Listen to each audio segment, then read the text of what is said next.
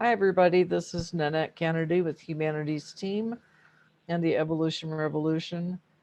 And we are reading The Storm Before the Calm by Neil Donald Walsh. And I'm going to turn it over to Linda, our lovely reader. And she will get us back on track because we didn't meet last week.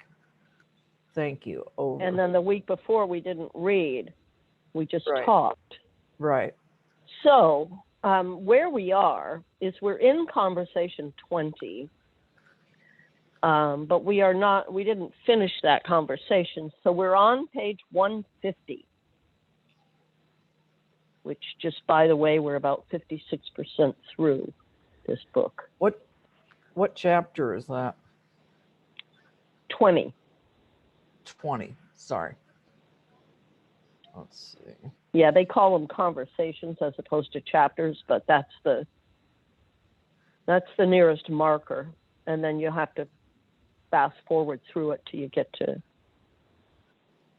page 20. So, and we started, we stopped where there's a little divider on that page. So we're going to start here with regarding money. So this is The Storm Before the Calm, Conversations with Humanity, Book 1. Regarding money, many humans have been told that God's desire is for money to be considered the root of all evil. Money is bad and God is good, and so money and God do not mix. One result of this teaching, the higher one's purpose and the greater one's value to society, the lower one's income must be. Nurses, teachers, public safety officials, and those in similar service professions are not to ask to make much money. Ministers, rabbis, priests are to ask even less. Homemakers, mothers, under this guideline, should have no personal income at all. If they want something for themselves, they may ask their husband for a few dollars or scrimp pennies from the grocery money. The message here is because filthy lucre is bad, because money is intrinsically evil, pay must be in reverse proportion to the value of the function performed. The better the deed, the worse the pay. People should not get lots of money for doing good things. And if they're doing something really, really good, they should want to do it for free. Humans have created a disconnect between doing good and being well compensated. On the other hand, doing things of somewhat less lasting intrinsic value can produce compensation in the millions. So can the illegal activity of all kinds. Thus, society's values discourage noble actions and encourage triviality and illegality. Humanity's watchword is, the higher the purpose, the lower the reward. This is, many of the world's people believe, God's desire. Now for a bit of abstract. How are you doing here? I know this is taking a while, but that's because, as I said, the influence of the teachings we have all received about God runs deep. It embraces philosophical areas as well as the practical aspects of life.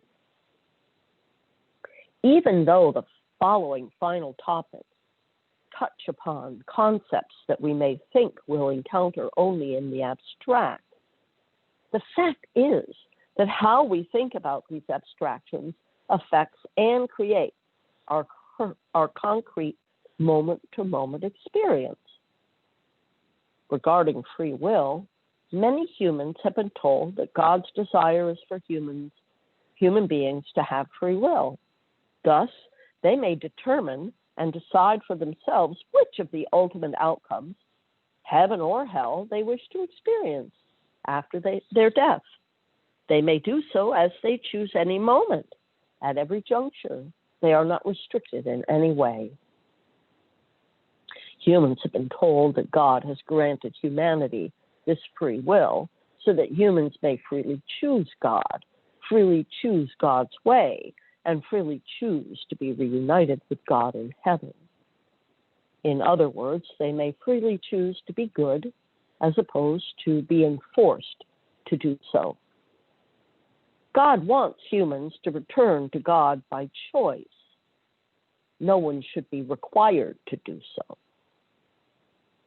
Human beings have also been told that under the doctrine of free will, while people may do as they choose, if they do not choose God's desire, they'll pay for it with continuous torture through all eternity. No element of duress is seen in this. It's simply the way things are. It's justice at the highest level. It's God's justice, which follows God's judgment. It's important, therefore, to freely choose God's desire. One result of this teaching, humanity's concept of freedom, has been deeply affected and profoundly shaped by its understanding of what God means by freedom. Humans have decided that freedom doesn't have to mean freedom, but can simply mean the ability to select outcomes. This is better than having no choice at all, and so humans in positions of power have learned to use the word freedom to privately describe the process by which they get others to do as they are told. People don't have to do as they are told, of course, but if they do not, there will be a price to pay. That could mean anything from having taxes audited to being thrown in jail for 2 years without charges being filed and without any explanation other than being labeled a threat to the security of the country. Using this measure, nations call themselves free. Most people, except perhaps the most stubborn apologists, see the contradiction in all of this. They understand perfectly well that no people are truly free who face the most horrendous outcomes imaginable if they don't do what they're told. Only a hypocrite or a fool would call such a choice free. Humans have learned then that hypocrisy, especially hypocrisy for the right purpose in the right cause, is acceptable on earth as it is in heaven. Much of humanity's political activity has been informed by this ethic. And elsewhere within the spectrum of human activity as well, in the way many humans communicate with each other, in the way many deal with each other, it has come to be understood that the ends justifies the means. In fact, many humans have now convinced themselves that none of this is a hypocrisy at all. It's simply a matter of interpretation. And so in this day and age, freedoms are taken away in the name of freedom itself. Millions of people gratefully embrace the political rhetoric that says lack of freedom is what guarantees their freedom, and the religious doctrine that says their choices in life are free only if they do as they are told, because this is God's desire. Regarding suffering, many humans have been told that God's desire is for suffering to be used by human beings to better themselves and to purify their soul. Suffering is good. It earns credits or points in God's mind, especially if it's endured silently, maybe even offered up to God. Suffering is a necessary part of human growth and learning, and is, more important, a means by which people may be redeemed in the eyes of God. Indeed, one whole religion is built on this belief, asserting that all beings have been saved by the suffering of one being who died for the sins of the rest. This one being paid the debt said to be owed to God for humanity's weakness and wickedness. According to this doctrine, God has been hurt by the weakness and wickedness of humanity, and in order to set things straight, someone has to suffer. Otherwise, God and humanity could not be reconciled. Thus, suffering was established as a redemptive experience. With regard to the suffering of human beings due to natural causes, it's not to be shortened by death under any circumstances that are not also natural. The suffering of animals may be mercifully ended before natural death, but not the suffering of people. It's God and God alone who determines when human suffering shall end. Humans have decided that freedom doesn't have to mean freedom, but can simply be the ability to select outcomes. One result of this teaching: human beings have endured unimaginable suffering over extended periods in order to do God's will and not incur God's wrath in the afterlife. Millions of people feel that even if a person is very, very old and is suffering very, very much, lingering on the verge of death but not dying, experiencing interminable pain instead, that person must endure whatever life is bringing them. Humanity has actually created civil law declaring that people have no right to end their own suffering, nor may they assist another in ending theirs.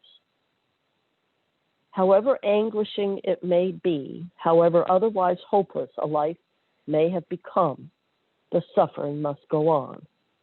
This is God's desire. Regarding morality, many humans have been told that God's desire is a moral society. One result of this teaching: humanity has spent its entire history attempting to define what is moral and what is not. The challenge has been to come up with a standard for society that does not change. All the while, the society itself is changing.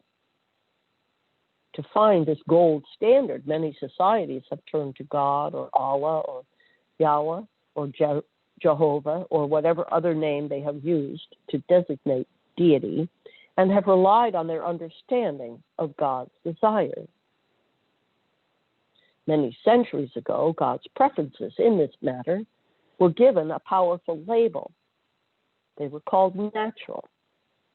This is because the concept of a deity first entered the minds of primitive humans as a result of their earliest observations and contacts with nature.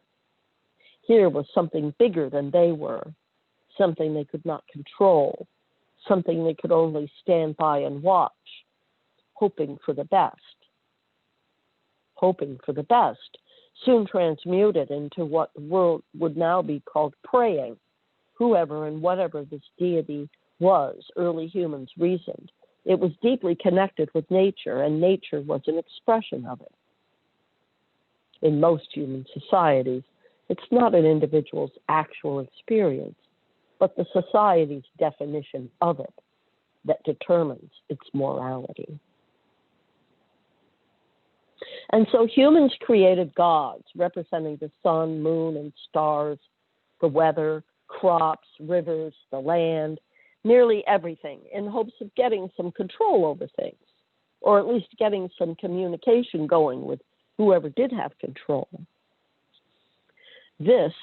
From this connection of God and nature, it was only a short mental hop to consider all the things having to do with deities and gods were natural, and all things not having anything to do with deities were unnatural. When human language came into form, the words God and nature became inextricably linked. Certain conditions, circumstances, and behaviors were then described as natural or unnatural, depending on whether they adhered or violated the current perception of the will of God.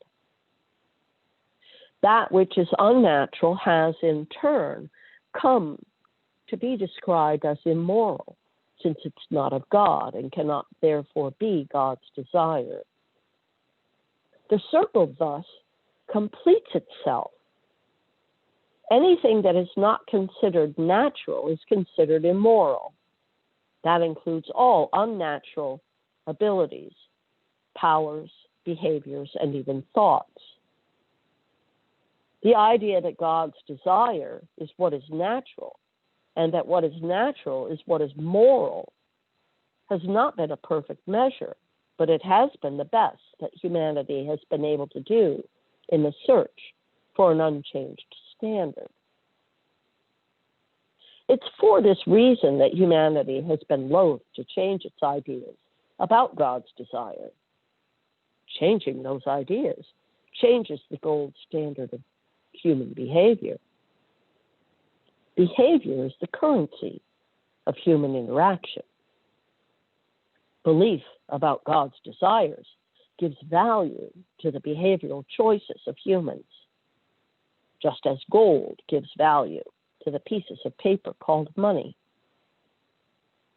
Thus, in most human societies, it's not an individual's actual experience, but the society's definition of it that determines its morality. This is the case with homosexuality. It's also the case with a great many other behaviors, such as prostitution, premarital sex, depictions of explicit sexual activity, the use of peyote, marijuana, and other plants and stimulants, or even the experience of ecstasy not induced by any outside stimulant. For example, if one says one has had an ecstatic experience of God, but if the experience does not fall within what humanity currently defines as natural, it's considered immoral and to be warned against, and if it's continued, to be condemned, and if it's still continued, to be punished. In previous times, it was often punishable by torture or death. More than one saint claiming and describing such ecstasies has been martyred in humanity's long history using such guidelines. Those saints were killed because the people killing them were convinced they were doing God's desire. Regarding death, many humans have been told that God's desire is for their wonderful life to eventually end, at which time their opportunity to learn and grow is over, and the time to be rewarded or punished for how they had lived begins. One result of this teaching, many humans consider that death is a terrible thing and something to be feared. It's the end of the line, the final curtain, the closing bell. Nearly all of the imagery surrounding death are negative, fearful, or sad, not positive, uplifting, or joyful. These imageries pervade our society. A street that goes nowhere is a dead end. A person who is badly mistaken is dead wrong. The spirit who comes to retrieve your soul is the grim reaper. Most people do not want to even talk about death, much less experience it. No one wants to experience it before he or she has to. People cling to life, sometimes desperately. The survival instinct is the strongest human instinct of all. Our common culture supports survival as the ultimate goal. Even people who want to die are not allowed to.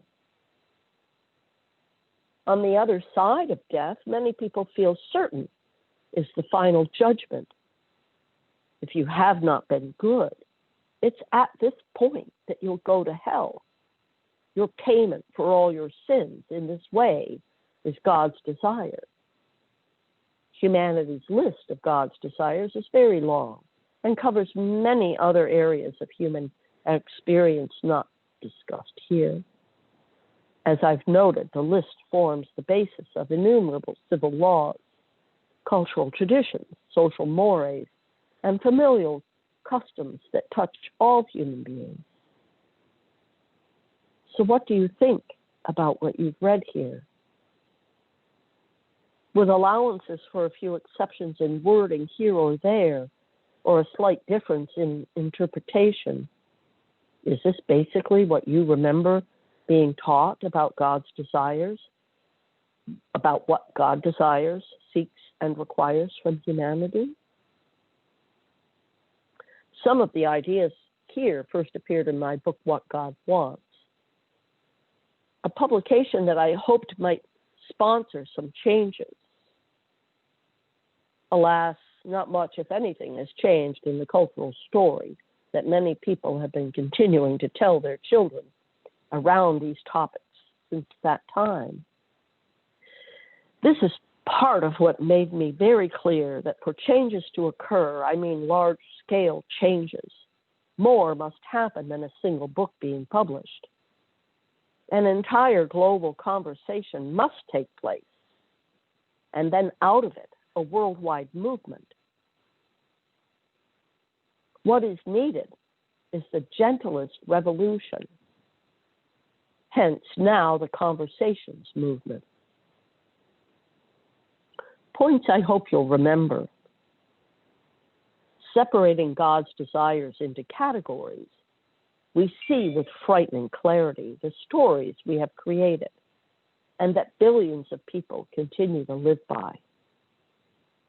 Humanity's list of these desires and requirements of God is endless, yet in today's world, very little of what we've placed on that list serves humanity. Action, I hope you'll take. Educate yourself. Go to a priest, a rabbi, an ulama, a minister, and ask for help in understanding their faith by going through the categories presented here and sharing with you their understanding of God's desire as it relates to the various topics on this list. Share this list with as many friends as you can and ask them the same thing you ask the clergy. Find out what others around you believe about God's desires, demands, and declarations. Bring this list to your 7 questions discussion group and go over it item by item so that everyone in the group can know what human beings have been telling each other regarding these issues. It's important to understand the nature of the problem before seeking to solve it. End of chapter.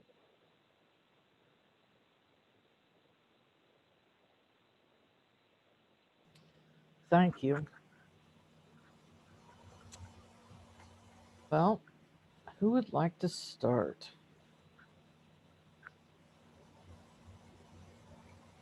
Well, I had two things that I had reactions to.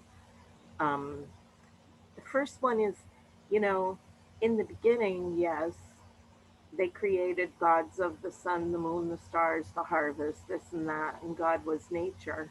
But at a certain point, and all that stuff about natural versus unnatural, I mean, I get what he's saying, but also there's a point at which God became divorced from nature, I feel, in that people have taken that they don't really have to care about and conserve nature as part of serving God, right?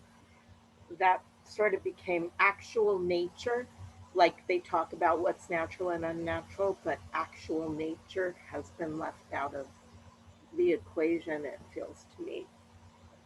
And the other thing that's interesting to me is when my mother was dying, and she was a lifelong Catholic, and she lived to be 94, and she was so scared about the idea of dying. You could see it in her eyes sometimes, like there was like a terror there.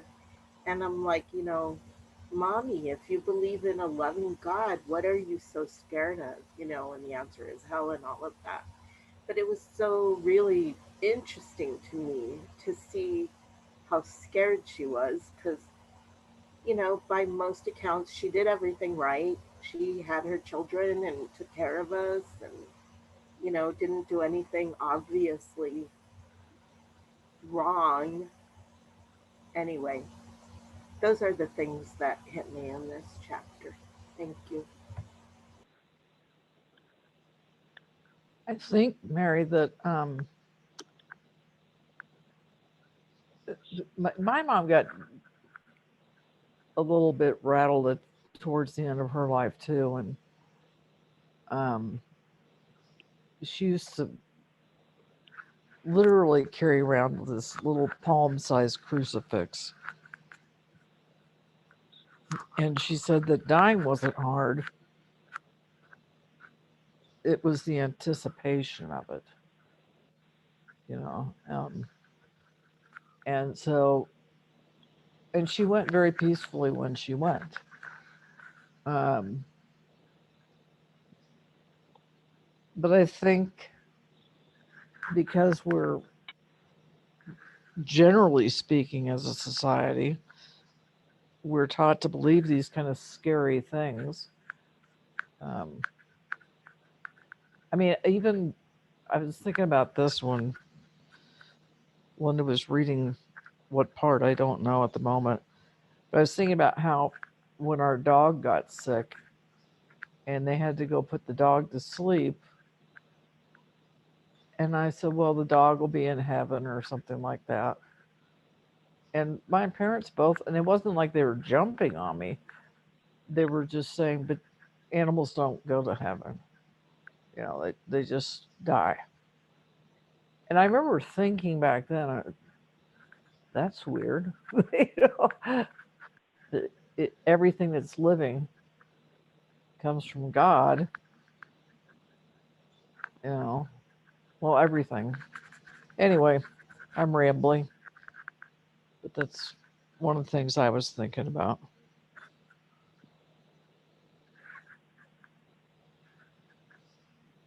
Mary, you expressed it so beautifully. And Nannette, I can just see your mother holding the crucifix. The monotheistic religions, at least Islam and Christianity, have terror associated with them. I mean, my parents were too sick to do those things. They were just glad to get out of their bodies.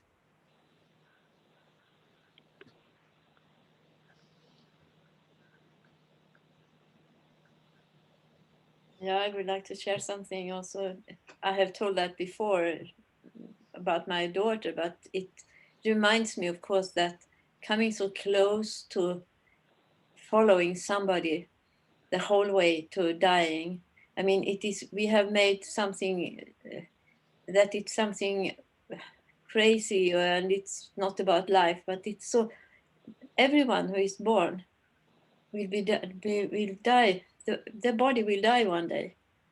And as I followed my daughter through her last 4 months with cancer, and we shared every day, talked every day,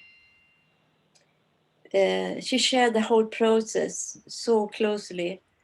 And I remember that I had no one to share that with but her. I mean, I was with her, I was present. And she shared because I was not, oh, you know, she didn't need to take care of me. She could just share what happened in her. And I followed through these different stages until she was completely peacefully dying or leaving the body, whatever you say.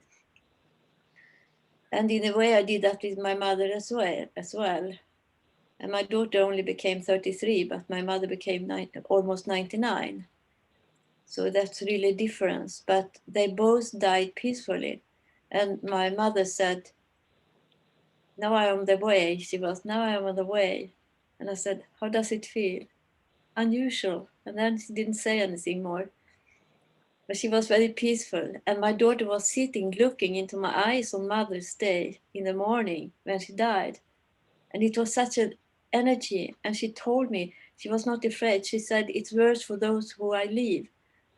I mean, for who are staying. But, and I remember that the whole time through those months when she was in that period, I was reflecting upon other women or other mothers or parents, but mothers especially, who were going through the same situation. I'm not the only one that lost my child or daughter. She was 33, so she was not a child. She had two small kids herself. But to be present and see, and I was thinking of it today, actually, when I was walking outside, because my both grandparents, grandmothers on my mother's and father's side, they lost their first son at the age of 18. Both of them did that. And who understands, with whom can you talk? And I said, when my father died when I was 40, no one talked to me about it. You shouldn't talk about it. But I was so happy when I saw my daughter's children and their cousins, my son's children, sitting around her dead body and talking and sharing their experiences about it. Even they were only 2, 4, and 6 years old. And yeah, they were between 3 and 7. But the 6 of them were sitting there around, and I was so happy that they could do that. So anyway, for me, dying is something so natural, and we shouldn't be in fear. We should actually relax into that it comes. And as one of my grandchildren said, I maybe have said that before, but when it's some 3 years ago, and he said, "Oh, Grandma, you are 71 and I'm 12. Most likely you will experience death before me." He didn't say that I will die. He said, most likely you will experience death before me. He thought it could be him. And he's so wise. So anyway, I think it's very important that we can talk about it as something natural. And yeah, I've said my horse dying. I've said my dog dying, and as well my mother and my daughter. So it's very special. And I don't know who will be with me when this body dies. And now when I'm 74, I'm reflecting very much about the dying process.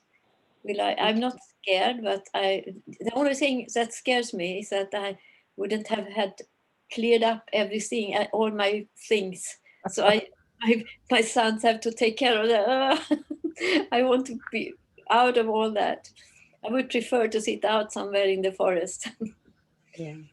Yeah. So anyway, so for me, dying, when I think of my daughter, I can't share that with many people.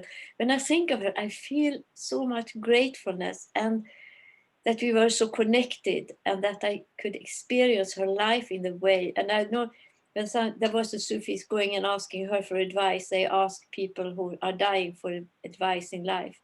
And he went to her, and she said, live and do what you really want to do in life now. And that is a mantra for me, to her children. Live and do what you really want to do in life now. She did that. She had such a wonderful life. But only 33 years old, she passed away. She didn't wanted to do that, actually. She said she was not afraid, but she didn't like to leave her kids. But what could she do? So anyway, I don't know, many have been sitting looking into the eyes of your daughter when she dies. I don't think that is very common situation. It's very, very special situation. So I'm very grateful for her love and trust in me and her connection with me. And if we can do that to each other and the dying people, if we can do that, why should we be separated? We are the same source, basically, and coming and going. So why shouldn't we connect so deeply? I think people who are in the dying process needs someone present in that way. I would love it. So thank you for listening. Thank you. Because Thank you. on some level, we need to be seen, to just be able to be in the presence of non-judgment and love is in the heart. All that other stuff is just the mind. And I recently had that experience with my mom that I took care of. It was 2 months ago when she passed. And I became a spiritual healer. I went back to the University of Spiritual Healing, Sufism. And so while I was going through all this spiritual work, I was letting my mom listen to my tapes, and I was with her and I was sharing all this stuff. The last healing I did with her, she started screaming for God, and she was so ready, and she was saying, she demonstrated what it's like to totally surrender. And all that she was left with was the love, and it was Father's Day, and she was asking God to take her to Stuart, to her husband, you know, to my dad. There's death is a part of life, and life is a part of death. But the experience that I'm having, as I have 2 weeks now before I move and all this stuff that I'm going through, is that at moments there's a beautification process where what was once so heavy and a tragedy, it really wasn't that way. You can see through the love, the gift. And that's a level of consciousness. Your daughter was really aware of, at the core, of what really matters. Some take us 99 years to get there, some 33, I don't know. But I do want to say one thing. When I look at my life right now, I really haven't done anything. They say your life comes from you to you. And I'll share a little more later, but that was a heavy reading. Really heavy stuff. Over. I'm curious to know what you want to say later. This is so interesting, Anne.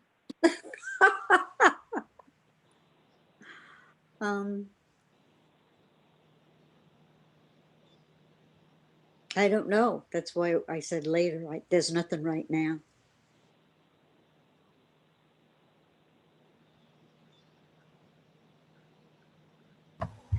On the subject of how people don't talk about death, like someone said, that made me think about when my dad died, which I was 18 when he died, and away at college, and I came back for the funeral. But I don't know, I might have shared in the script before. When I got the call that he died, my best friend, freshman year of college, so we hadn't known each other long, but we were pretty close, and I started crying, and her reaction was, let me give you privacy. Maybe, I don't know. I was going to say she was a WASP, but she isn't. She's Catholic, not Protestant. But anyways, that was her reaction to leave me, to cry. And I didn't want to be alone, but I didn't have words to say that and couldn't be needy like that with her. So then this other woman, I lived in the dorm, someone else heard me crying like my world had just fallen apart, because it had. I was very close with my dad, youngest daughter energy, And she knocked on my door and said, are you okay? And I'm like, definitely not. And she just sat there and held me while I cried. And I think, that difference of being okay in that energy with me, you know, to hold me through my despair, which meant everything to me in that moment. And I did tell her that later in life. But they also started having these things called death cafes. I don't know if anybody else has heard of it. Yeah. But I have a friend who's older than me, 70 something now, probably. I don't know. She might be even older now. She doesn't seem as old as she is. But she's like my laughter and dancing meditation mentor. So very youthful energy. But she started going to the death cafes. She's who I heard about it from. And just to normalize that thing where, yes, we're all going to get there. That's how life ends 100% of the time for every single one of us. So it's kind of funny to me how much like phobia there is around it, given that it's always going to end that way. So that's all I have to say now. Thank you. I have 2 questions. Am I muted? Am I okay? We can hear you. All right. No, I forgot the questions. Here we go. So with what I said, oh, okay, yeah. So you might as well enjoy life because you're never going to get out of it alive. Okay. 2, when you look though back at that experience, can you see the gift or the blessing or the other side of the beauty, that there was a beauty that was happening in the connection of whatever was going on? Like if that experience didn't happen, then I wouldn't have felt this, or I wouldn't have known that, or I wouldn't have seen this. Was there anything like that for you in this? If you don't mind me asking. I mean, honestly, in most of my experience, I can see that. I've never really looked for the beauty in my father dying when I was 18 because it really just broke my heart. And I am sure that I know that it affected me because I had to grow up in certain ways that I wouldn't have if he was still there to be my daddy, you know. And my mom couldn't take on that role because she was devastated too.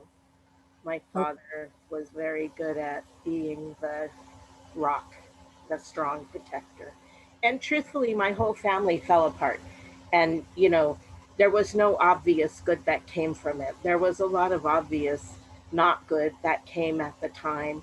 Strife between siblings, you know, a lot of drama that I mostly wasn't there for because I was in college on the opposite coast from my family for like the next 3 years for the most part. I was only home in the summers. I mean, ultimately, there might be good things that came from that. That period of strife for the family might have something to do with why we're all so close now. I mean, I don't know. Like I said, I was away for a lot of it because then I moved back to New York, so I was still away. So it's something I'd need to really think about more because usually I'm very good at that, but that experience happened before I was really good at that, finding the gift, let's call it. And that was really the most devastating experience of my life to that point, and maybe since. I mean, really hugely devastating. So I like to clarify, when I think of my dad, who I was very close to, I think more about who he was and what he gave me and the time I had with him. And I keep the memories of the Dodgers made it to the World Series. My father died at 90. He was an old timer when the Dodgers were the Brooklyn Dodgers at Wrigley's Field, and he would sneak in there with his brother. And he was an adamant Dodgers fan. I watched the best game of my life last night by myself, and my dad was there with me, and we were watching the Dodgers.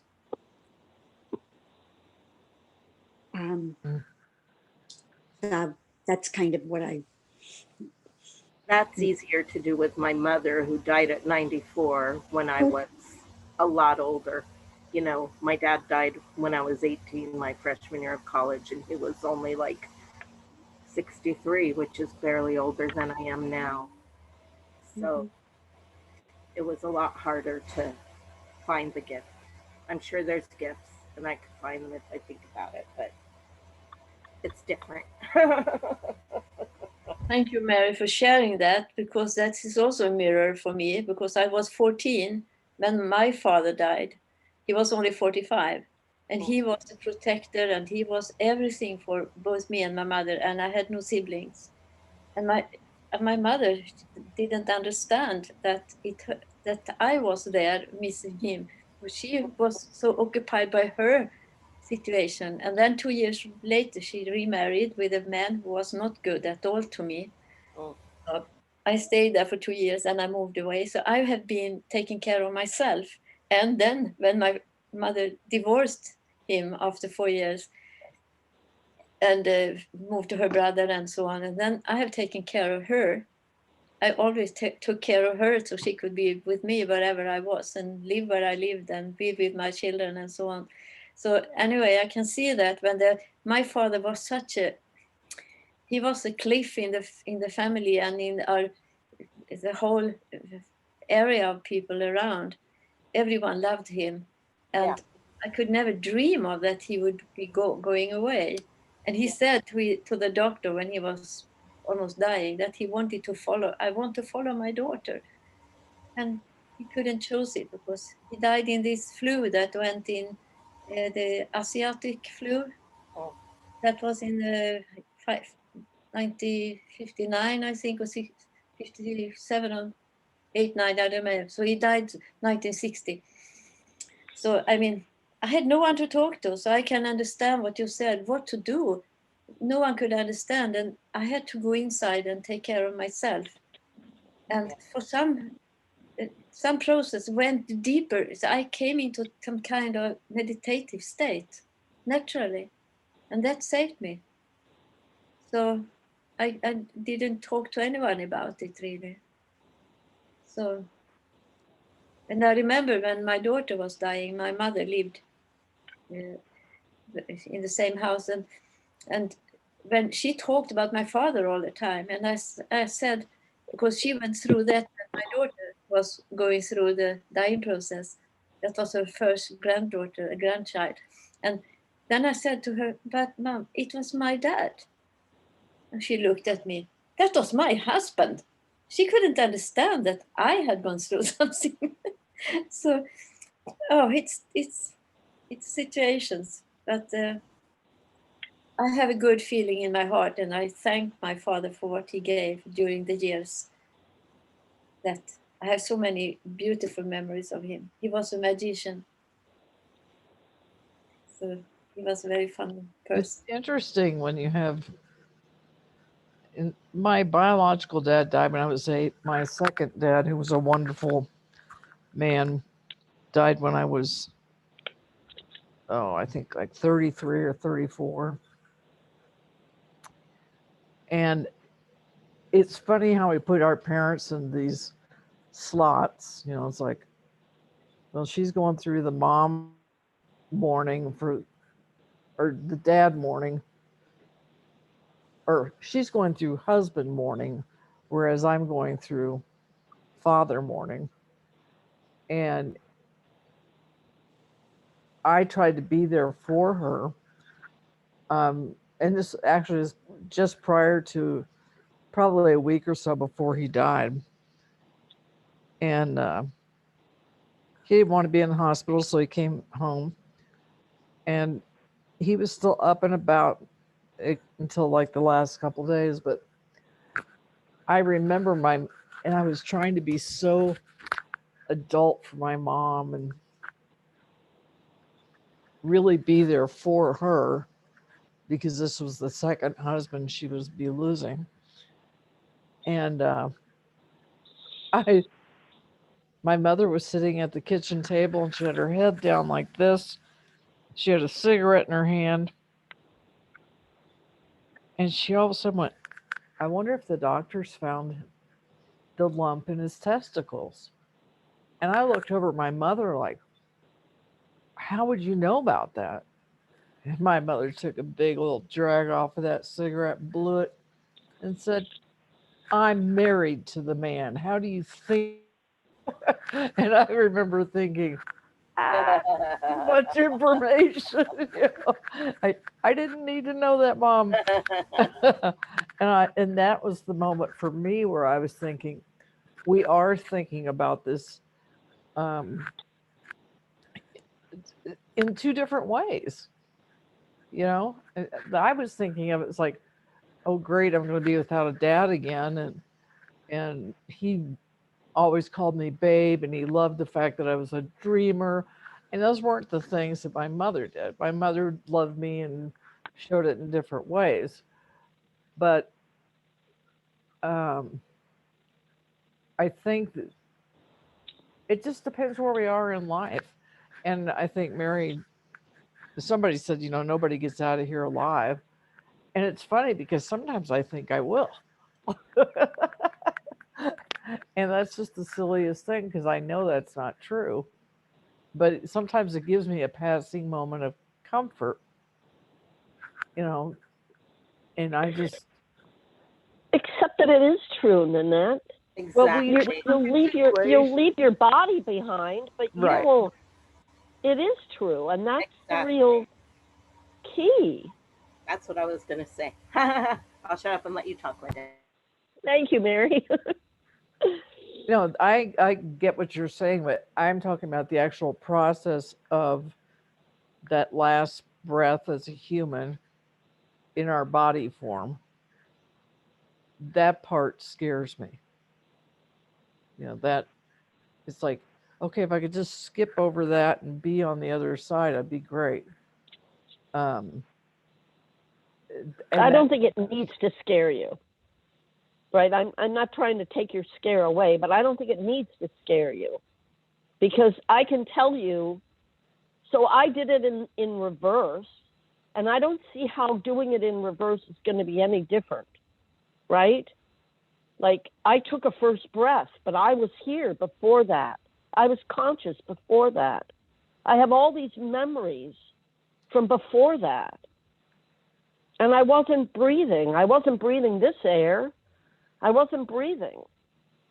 So I think that that's really kind of key is I think when we take that last breath, I think you just go, okay, like I did that, but you don't, nothing stops, I don't think, in terms of consciousness or experience. I really don't think I don't think it's as traumatic as we imagine. I don't think it's traumatic.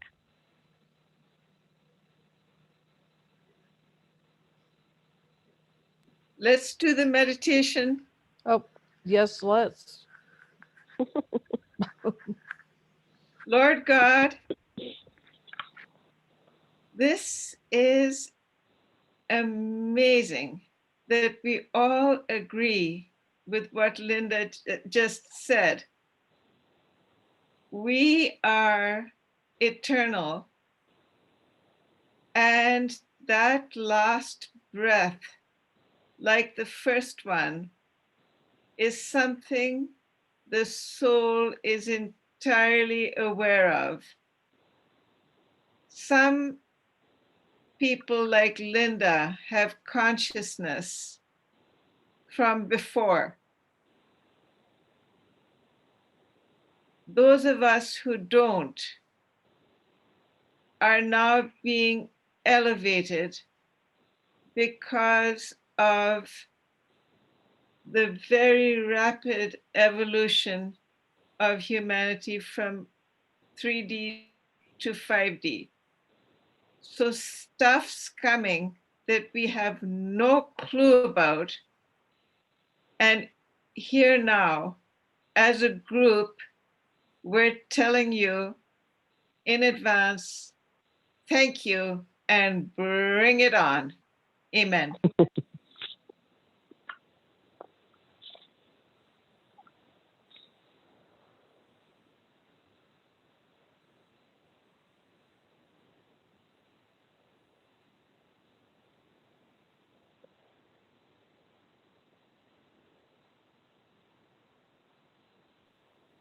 We're blessed to be living in this exciting time of transition of the new Aquarian age. We're blessed to be together, and we're delighted to witness this birth of the new earth the way Linda was, and help every person take their last breath in peace, because the newer adventure begins at that point.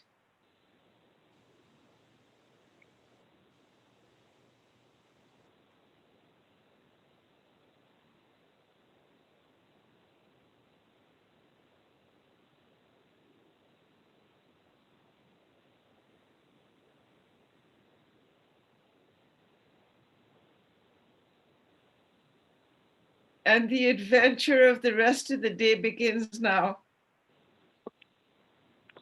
I wanted to add one thing, which is it's God's world now. That's the shift that I see.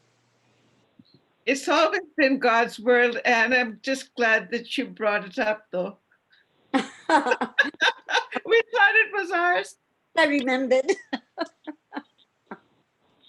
I will say namaste to every one of you. Yes. No. Namaste. Namaste. Right Thank you, back at everybody. you, Eva. Hmm? And thank you, Linda, for reading. Thank you. And you were so quiet. And Derby. I think she should have the last word. Thank should- you to everybody for showing me that death doesn't need to be frightening. It's just part of life, and to learn how to live, just to live and be joyful that we're here, and embrace all of it. And we're blessed. Our parents brought us into the world, so those were fearful days. We've evolved a bit since then. We're not as frightened as they were, perhaps. Thank you. Thank you. Thank everybody for being here. Really glad to see you guys. Can I end with a short poem? Pardon me? Yes, the poem I found in India about, I have put music to it. I don't know if you have heard it before, but to die is nothing but love in another form of the one that I am. If to die is bad, life wouldn't be. The life that's not seen is always free. Thank you. Beautiful. Beautiful. Yes. How beautiful. Okay, everybody. We'll see each other next week, and I love you all. Don't forget to do your time change. When, tonight? No, it's next week. Next week. Oh. Fall back Next on Saturday night. Yeah. Oh, Okay, I hate everybody. like Love you all. Love you all. Bye. Bye-bye.